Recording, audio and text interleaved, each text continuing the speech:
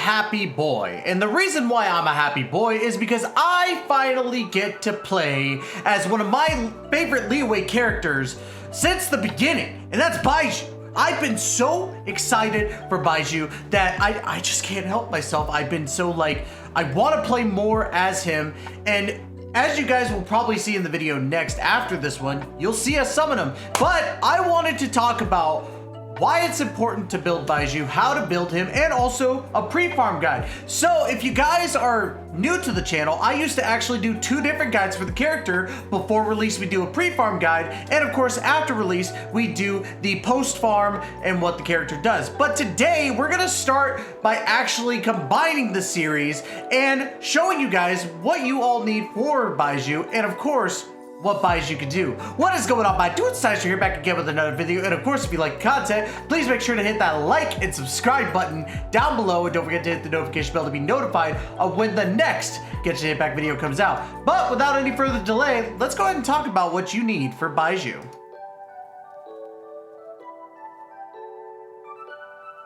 Now we're gonna keep this relatively quick, and big shout out to Honey Impact World right here for Baizhu. Now Baizhu here, you're obviously going to need the DENDRO gems, which are very, very important. You're gonna need these boss fragments that you actually get from the Baptist that just came out. And let me tell you, that Baptist can be very, very difficult if you're not ready for it, especially with the element changes. You gotta be ready for that right out the gate. So if you haven't farmed it yet, it's a must. You're gonna need 46 of these Evergloom rings from him. So if I remember correctly, it's around like 20 something like fights with him. It gets really, really strenuous. Now, of course, Violet Grass has been out since the start of the game, so you should have an abundance of them, but if you don't, you're gonna need 168 of them. And I'm pretty sure your friends will let you into their world. If not, let me know. I'll let you in my world. I don't want the Violet Grass anymore. I'm full. I'm good to go. Of course, you're gonna need these fungal spores and such to level up your talents and also ascend your Baizhu here. You're gonna need certain types of books, as you can see for Ascension Materials, which is the Gold series. So you're gonna need the Teachings of Gold, the Guide to Gold, and the Philosophies of Gold. So those run every Wednesday, Saturday, and Sunday. So be ready for that. You're going to need the World Span Fern, which you get from beating a Pep, the Dendro Dragon. Yes, that's right. The new Dendro Dragon that just came out as a world boss, you will be farming them. So you're going to see that my Baizhu's talents are only at level 6 because, well, I haven't farmed a Pep that much. But I do plan on triple crowning this boy. Not that you need to. Honestly, I think you only need to focus on 2, which is the skill and the burst. So I'll probably end up just doing that. And of course, you're going to need crowns if you want to go for those crownings.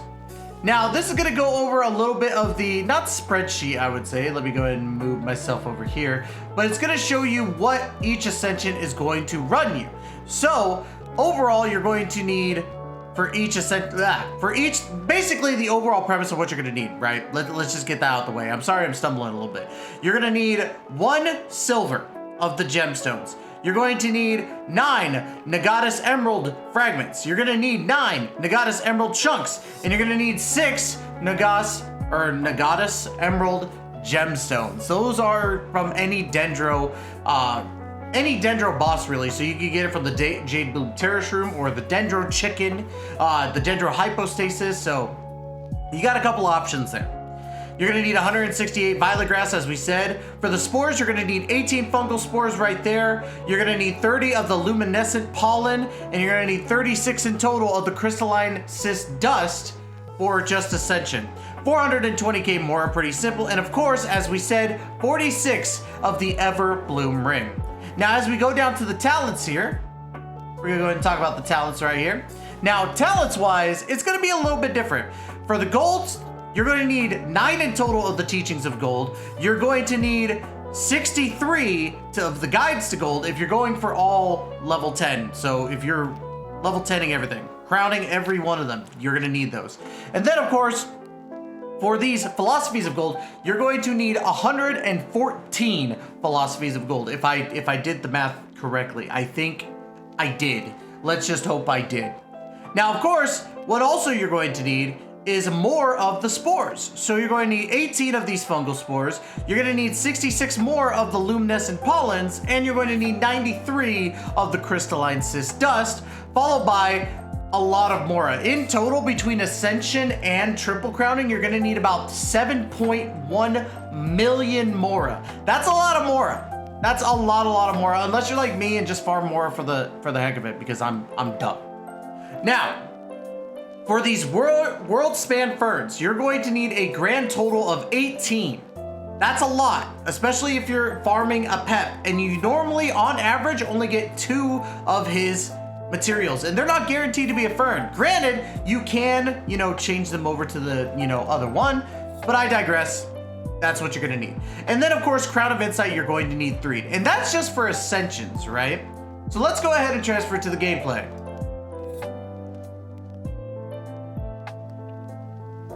Now, as you can see here, we are in my world, and I'm using a team called the Spread Me Alhaitham. Yes, you did hear that, and it consists of Alhaitham, Himeko, Fischl, and of course our boy Baizhu. That team is going to be what we're showcasing today, but let's go ahead and first talk about Baizhu himself. Let's look at the weapons. Now, granted, all this information I'm giving you is kind of play tested by the Sip squad, so big shout out to them. Use their guides all the time. They do fantastic work. For weapons, here's what you're gonna wanna rock. If you have the 5-star that he has, Jade Falls Splendor, that's the one you're gonna wanna use for the 5-star. However, there are 2 really good 4-stars that you could use. One of them I don't have, one of them I do. 1, Prototype Amber is a good one. It's a good free-to-play option. And 2, Sacrificial Fragments, as you see here. The reason why Sacrificial Fragments is important is because 1, you're getting that boosted elemental mastery, and of course, after damaging an opponent with an elemental skill, the skill has an 80% chance to end its own cooldown, so you could use the skill again, get your energy back, use your burst, get your shield back. That's gonna be the ultimate game plan for Baizhu here. Now, of course, there are other weapons you could use. I am told that you could use the Everlasting Moonglow. That is a possibility. And then, of course, there's also Wandering Event Star. As you can see, I have 2. I need to level 1 up. So we're gonna do that hopefully soon, but don't go beyond that. Now, there is one more that you can use called Thrilling Tales of Dragon Slayers. And the reason why this is important is because it goes off of HP percentage, which Baizhu scales on. And that's a perfect reason to use Thrilling Tales of Dragon Seekers. Now, let's go ahead and talk about artifacts. Now, I'm using a 4-piece ocean-hued clam. Now, talking to one of my great best friends, Mika, we were talking about this, and honestly, 4-piece ocean-hued clam might not be the go-to, but it does kind of work for him. He gets a healing bonus of 15%, and of course on the 4-piece, when a character equipping this artifact set heals a character in the party, a sea-dyed foam will appear for 3 seconds, accumulating the amount of HP recovered from healing, including overflow healing. At the end of the duration, the sea-dyed foam will explode, dealing damage to nearby opponents based on 90% of the accumulated healing. This damage is calculated similarly to reactions such as, electrocharge and superconduct, basically any elemental reaction. And of course, from what I'm seeing here, affected by elemental mastery, character levels, and so on. It's basically based on all sorts of information. Now, let's continue here. If I remember where I left off, only 1 sea-dyed foam can be produced every 3.5 seconds. Each sea-dyed foam can accumulate up to 30k HP. So you do have a cap, but it works out pretty well. However, the shield is going to be what you're mainly looking at. You could run a 4-piece Noblesse, you could run a 4-piece Deepwood Memories, but I will say probably your best bet is running a 2-piece HP set, which is 2-piece Tenacity, 2-piece Dewflower, which just came out. But I'm gonna rock the 4-piece ocean-hued clam. I really want to give it a really good test. Now, of course, constellations are always good. I always show you guys at, C0 because I feel like that's the best way to do it, unless it's a 4-star if you get multiples of them. Talents-wise, let's go ahead and talk about talents. His skill. This is Universal Diagnosis. Controls a gossamer sprite that cruises and attacks nearby opponents, dealing DENDRO damage. After it performs 3 attacks, and if there are no opponents nearby, the sprite will return, healing all nearby party members based on Baizhu's max HP. That's where part 1 of his healing comes from, but part 2 comes from his burst. This is Holistic Revivification. I stumbled there really bad, my apologies. enters the pulsing clarity state, creating a seamless shield that absorbs Dendro damage with 250% effectiveness. While in the state, Baizhu will generate a new seamless shield every 2.5 seconds. The seamless shield will heal your own active character based on Baizhu's max HP and attack opponents by unleashing Spirit Veins, dealing Dendro damage under the following circumstances: when a character is under the protection of the Seamless Shield with a new Seamless Shield is generated, and when the Seamless Shield's effect expires, or when it is shattered. So, this is why I say that when you're looking at Baizhu, your talent upgrade should be focused on your burst and skill equally, in my opinion. That's just my opinion. People might argue with me, but both of these are really good for Baiju's healing for what you want to do. Now, of course, his first enhancement right here, the 5 Fortunes Forever, Baizhu gains different effects according to the current HP of your current active character. When their HP is less than 50%, Baizhu gains 20% healing bonus. That's huge because it keeps the healing going while you're also getting a shield. When their HP is equal to or more than 50%, Baizhu gains 25% Dendro damage bonus. Now, what's really cool is that Baizhu here will either heal or damage. Granted, you're focusing on the healing, but Baizhu will still damage if you're already fully healed.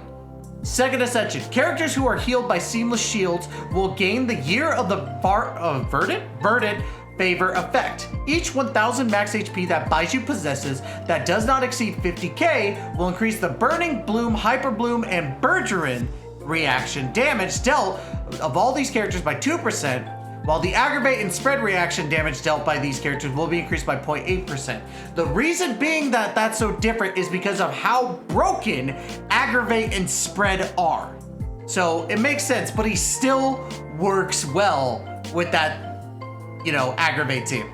And then, of course, Baizhu is in the party. Interacting with certain harvestable items will heal your current active character by 2.5% of Baiju's max HP. That's pretty freaking big right there. It's pretty freaking huge. Baizhu is awesome. Now, what we're gonna do here, and we do this every single time, is we're going to battle this boy right here, Masanori. And the reason why is I really want to show how the Dendro application of Baizhu really helps out your team, keeps you from getting damaged, and also heals your team. I want to really showcase this. So, you're here, shall we spar? Now let's go ahead and do this. So first things first, we need to get Baiju's energy up, and we're gonna go ahead and grab that. Boom, boom, boom. Come on. Ah. As he runs, he coughs too, which I feel really bad for. All right, come on, give me another one. Oh, there we go. Give me the energy. Now we're gonna get the shield. Now watch this. Shield time. Boom. Watch him hit. It's gonna be like impenetrable. Hiya. He did hit me a little bit, but we got the shield back, which is perfect. Now combine what we're doing here, because we're having constant Dendro application on this boy here. Boom, right there. It's so good. Now let's go ahead and get his energy back up. This is what we want. I want to get his energy back up, and then I want to go into Fischl, because Fischl plays an important role here for this, and Fischl's actually on the same banner as Baizhu here, and that's perfect, because if you want somebody and you're new to Genshin, you want somebody that's going to give you that electro application on top of what Baizhu is able to do. It's perfect. So there we go. We got Baiju's shield. Let's activate right here. Boom. And then we'll go into Fischl. Look at this already. And we don't even need Alhaitham all that much. Look at the damage that we're able to do with Baizhu right there, and to keep him healed. Look at this. It's not even a lot of damage, but it's the fact that you're constantly shielding and constantly healing at the same time. Now, I want to do one more time, and I want to show you the extent of what this team can do, because this is, the name is Mimi, but the team works. It's, again, called Spread Me Alhaitham. Nobody clipped that out of context, okay? Now, let's go ahead. We're going to go ahead and grab Baizhu. We're going to go ahead and grab as much energy as we can. We're going to go ahead and just start damaging now, just to get it out the way. Bring out Fischl right here. Get all this electro damage going. Get the energy. There we go. Now, we're gonna go ahead and set up and get ready. Come on out. Right now. Here you are. Scatter. Look at this. Did not even stand a chance. And my characters, except for Baizhu, are fully healed. is crucial right there. That is big money in my personal opinion.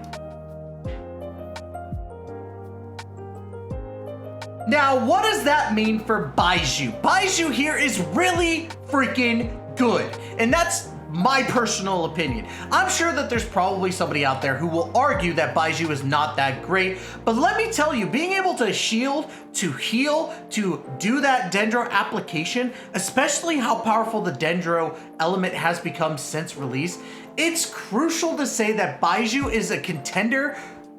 Scratch that. One of the best characters in the game. Period. I'm saying that personally myself. If you disagree, I understand. But I truly think that Baizhu hits that sweet spot of being so powerful that it's almost hard to skip.